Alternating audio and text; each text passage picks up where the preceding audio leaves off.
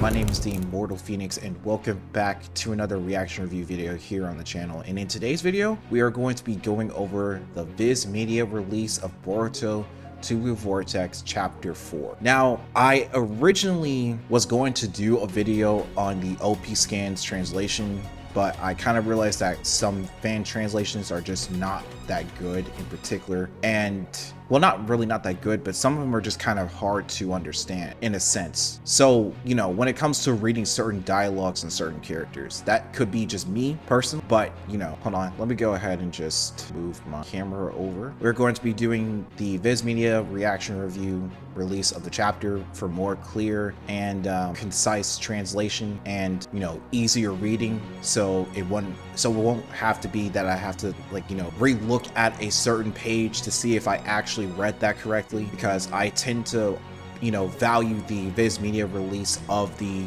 chapter way more than the OP Scans, despite the fact that the OP Scans chapter, well, translation and the chapter in itself comes like probably 4 days before, 3 or 4 days before the actual, you know, chapter comes out on Viz Media. So yeah, let's do this. So the cover page is of Kawaki, and he, you know, he doesn't really look too bad, I would say, but he's not looking too hot either. I would give it like a 5.5 out of 10, I guess. But let's move on here. So the chapter picks up where we left off, where Code just not only heads over to the Ten Tails dimension after his battle against Boruto, and, you know, Boruto displaying the power of his Uzuhiko Rasengan, and Code's just like looking over the Ten Tails, and he reminisces on what Boruto told him after, I would guess, midway during the battle. But actually, no, this is before the battle. He says, but these ones are different thanks to you enhancing them. You need to scrap them out while you hold their reins, or else we'll end up in the worst possible future for everyone. And as Code is just looking down at Ten Tails, thinking that there's nothing inherently threatening about it, he says, how could there be such a threat when their only ability is to devour? And as he's holding his hand over the place where, you know, Boruto struck him at, which probably could be where the effects of the Uzuhiko is most intensifying at, or most intense at, we see that the toad that Boruto had placed onto Code has not only a Konoha symbol on it, but if you actually scroll in, it looks like it's marking the symbol, like it's placing a mark on the symbol. Or maybe it could be just the fact that the Konoha symbol in of itself is like I would say like a waypoint marker for Boruto, and that the marking is already on the toad. So yeah, hold on, I didn't just readjust that.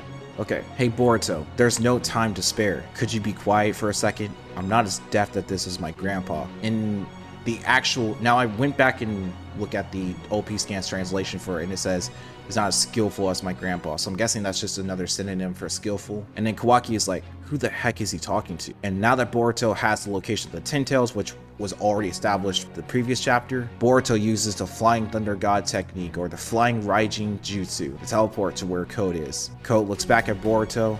He's like, Boruto, how did you? And Boruto goes straight to the cave. And then next thing you know, he noticed that the Ten Tails is gone. Hey, where's Ten Tails? And then the toad just jumps right onto the edge of the cage, and he says, how can this be? I swear it was just down there. And then Boruto looks, I would say, to his right, and notices that there is a tree right there where possibly Bug is. And then the toad says, it's highly unlikely that Code moved the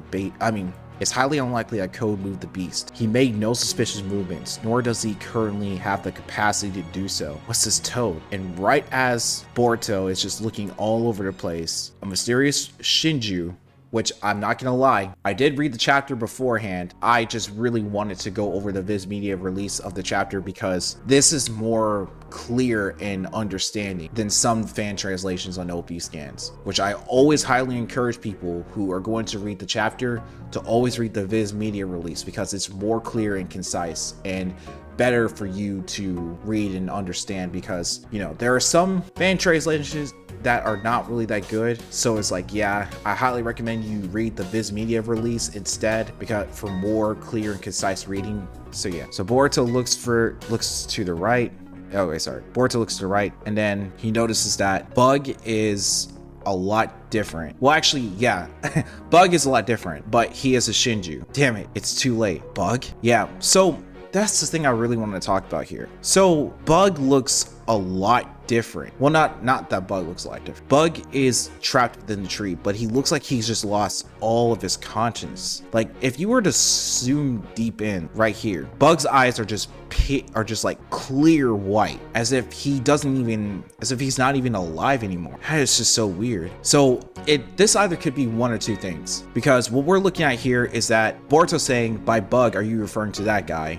Code looks back and he says, cause that ain't Bug. That creature in front of us is a divine tree. So I don't know if this is true or not, but look, okay, so this is a divine tree. So this could either mean one of two things. Either Bug himself is still one possible theory could be that these Shinjus that we're looking at here, or these divine trees, have the power to conjure some sort of Claw Grime Otsutsuki-esque avatar of the person who's trapped within the tree. And these people not only have two renegades in their eyes, but now that they look exactly like a Claw Grime and they are in fact the divine tree, well, not really Otsutsuki-esque, more so Ten Tails, because they're overall, it looks like they look like Claw Grimes just with a dripped out fit. What are you talking about? So Shinju Bug attacks Boruto, and it's clearly obvious that whoever is trapped within that tree, and in that tree, if this is their avatars, gains not only an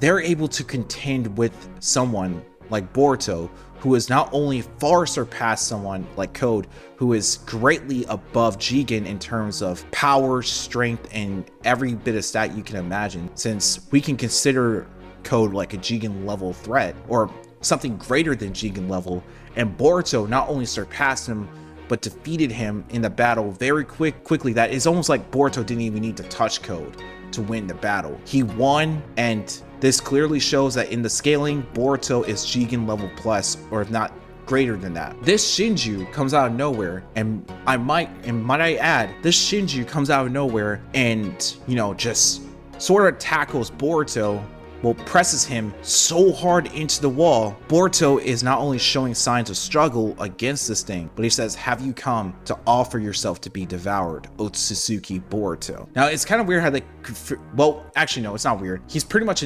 already a pure Otsutsuki. So the fact that they immediately attacked Boruto and was like, you came to be devoured, which is literally their primal instinct to be devoured. Well, primal instinct to devour Otsutsukis so they can become a full Shinju. Boruto is pretty much ripe for the taking when it comes to sacrifice for the Ten Tails, because not only is he pure genuine Otsutsuki, but if he gets sacrificed to the Ten Tails, it can produce a premium chakra fruit of standard size. Now, those chakra fruits are huge, but they're, like I said in my Shibai explained video, they're basically like lumps of power containing the chakra and genetic information of the, well, whatever is stored onto the planet and, you know, sucked in from the god tree into the fruit. So pretty much their primal instincts is there. Boruto uses a lightning release to create some distance between Shinju Bug, and we see that he is showing signs of visible damage, and he creates some sort of construct out of his arms, which is similar to what Kawaki and Code is able to do. Basically create like some sort of, like, I would say weaponry from their own bodies, and he creates some sort of mouth part. Well, Shinju Bug creates some sort of mouth part and is about to try to devour Boruto, but instead Boruto uses the flying Raijin technique to escape within the nick of time and teleport to where Code is, because yeah, not really teleport to where Code is, but, you know, to work towards where that little toad is. I didn't notice that. If you guys look closely, yeah, that little toad is like right over here. So Boruto teleported towards where he marked the toad. Tricky little jutsu. What's up with this thing? Tell me now.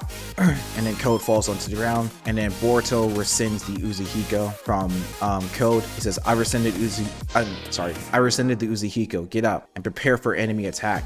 There's no time to explain right now. Help me if you don't want to die. So Code gets back up, and the Shinju Bug is just ready to prepare for another attack. What happened to the Ten Tails?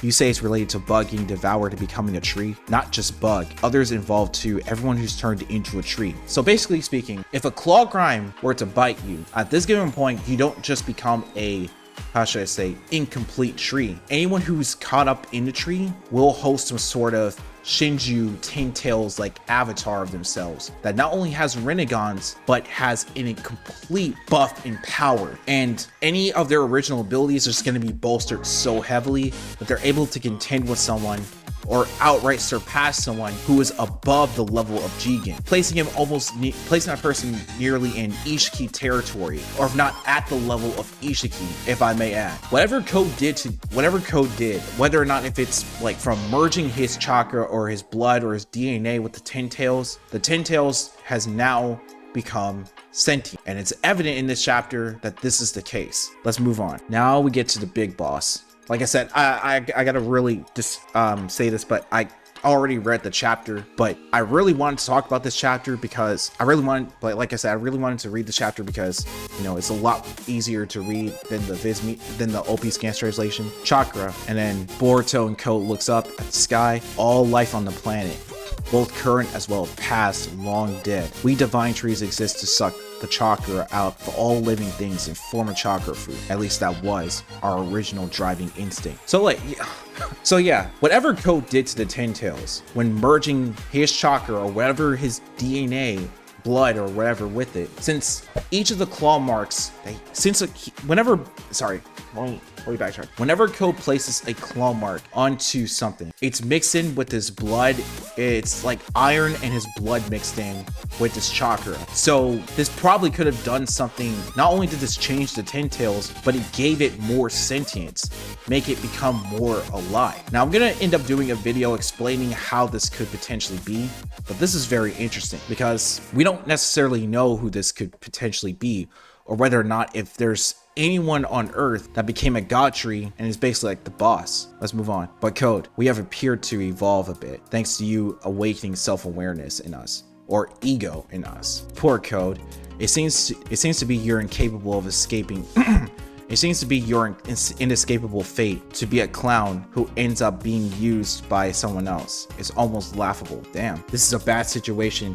Time to retreat, Boruto, to regain our footing. And right as Boruto is about to go ahead to do that, he sees a hooded man. I know that's Sasuke. You know, I have to point that out. I know this has to be Sasuke because you can't not convince me that Boruto just isn't like. Boruto's completely worried about this particular Shinju for a reason, because if you guys seen the spoilers, Sasuke is trapped within the tree. This has to be Sasuke. No doubt about it. And I do believe that there is a reason for why I think there's, you know what? Let's read the rest of the chapter before we just go on ahead and start speculating. I'll get to that in a little bit. He suddenly vanished. So the narrative immediately shifts back to, you know, Kawaki going to the narrative shifts to Kawaki in, you know, Shikamaru's office, or the Hokage's office with the current Hokage, Shikamaru. He suddenly vanished somewhere. Does this mean that he mastered space-time ninjutsu? I have no clue how he did it, but Boruto vanished after Code, as if he were chasing him. So you're saying Code was the only reason Boruto came to Konoha? There's also a chance that Boruto and Code are linked. Before he disappeared, Boruto seemed to be talking to someone. It better not be someone in the sensory unit. The content of all sensory unit mind transmissions are being monitored. I know right away if someone was being a spy and helping Boruto. How ridiculous. It's a lot simpler than that. Sarada intervenes. Code attacked Konoha, and Boruto drove him away.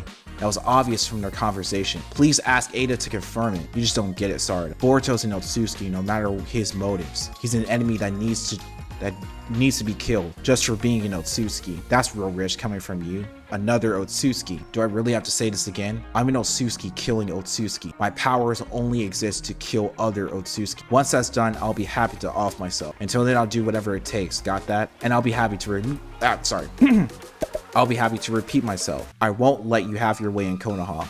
As a shinobi who aims to become Hokage. Both of you, that's enough. Unless you want to piss off the current Hokage, so then they stop, look at Shikamaru. What's up with these trees mentioned in the damage report involving the Claw Grimes? Are they trying to create a forest? I'm not so sure, but at the very least, they're entrapped victims still alive. There might be a way to save them. Based on what I overheard, my impressions is that Boruto knows something. That's why he's here, chasing after Code. Regardless of Boruto's true motives, there's no doubt that he and Code have a hostile relationship. So since Code is a threat to Konoha, we should consider collaborating with Boruto to take down Code.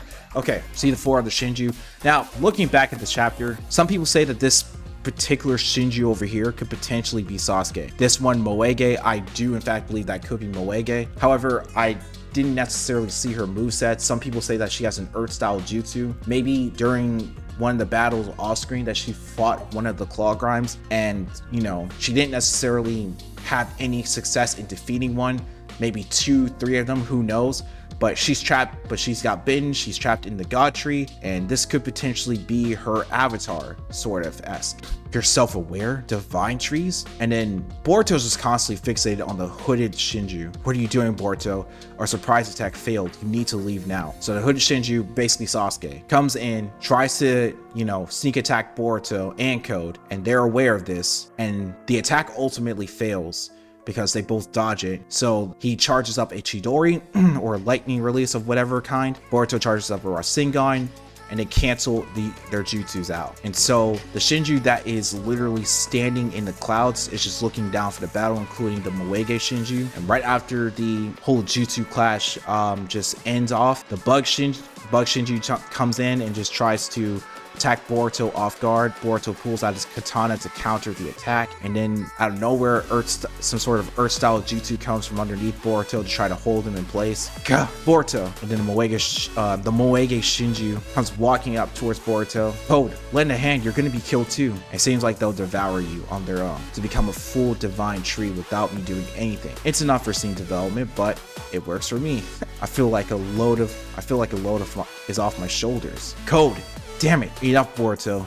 You need to get out of here. Remember, if you die, it'll all be for naught. And all Boruto did at this given point is look up at this guy. This guy, I don't know if this could be like Soege, the guy who got bitten by the Shinju, and not Shinju, the Claw Grimes, and maybe he became this, or maybe this could potentially be Jigen, who knows? Because I really hope that the next chapter they kind of explain to us who this guy really is. So Boruto ends up using a flying Raijin jutsu and teleports out of there, but the hooded Shinju just like standing there like, you're lucky, Otsutsuki Boruto. Our self-awareness having just awakened, our overflowing curiosity and thirst for knowledge are still surpassing our instinctual drive to devour you. So run where you will, but no matter where you go, you can never escape your destiny. So right then and there, they weren't just talking about like Boruto's destiny, like the one Tonera prophesied about him being the star of hope that will dispel the darkness. Like, I'm guessing that's what this showdown is sort of. They were talking about his destiny as a Mitsutsuki, to just be fed to the Ten Tails, to grow a god tree, and constantly repeating that cycle. But this time, these god trees are just not only sentient, but they have self-awareness, conscious thinking. Well, they're conscious. They can think for themselves. They use critical thinking, sort of, and that's really bad if you think about it, because a mindless Ten Tails is something that the Kages and everyone else can deal with. But if a Ten Tails has a mind of its own, can use critical thinking, is self-aware, that's bad. That is extremely bad. And that's a whole level, of bad that they're gonna have to deal with. And this is something that Boruto tried to prevent, but wasn't able to in time. So his worst fears of trying to prevent a worst possible future for everyone has basically came to fruition. And this was that right there. Now they call them, these are god trees. Now they say that they're god trees, but I really truly believe that they're Ten Tails, because they keep talking about devouring Boruto. I really do believe these are just Ten Tails. They have to be just Ten Tails becoming more sentient. That's basically what they are. So Boruto goes back to a certain tree, which I know, the Sasuke tree. Are you trying to destroy this planet? Don't ever be that rash again. Sorry, I panicked. I'm not trying to console you, but you knew there was a high chance of this happening. It doesn't really change anything. We still must fight. Sorry, you have to wait a bit longer, Sasuke. And this is what I was talking about. The hooded Shinju that Boruto was trying to fight was in fact Sasuke. Now let's rewind a bit. Bug was still in the tree. He kind of looked unconscious despite the fact that he was still alive.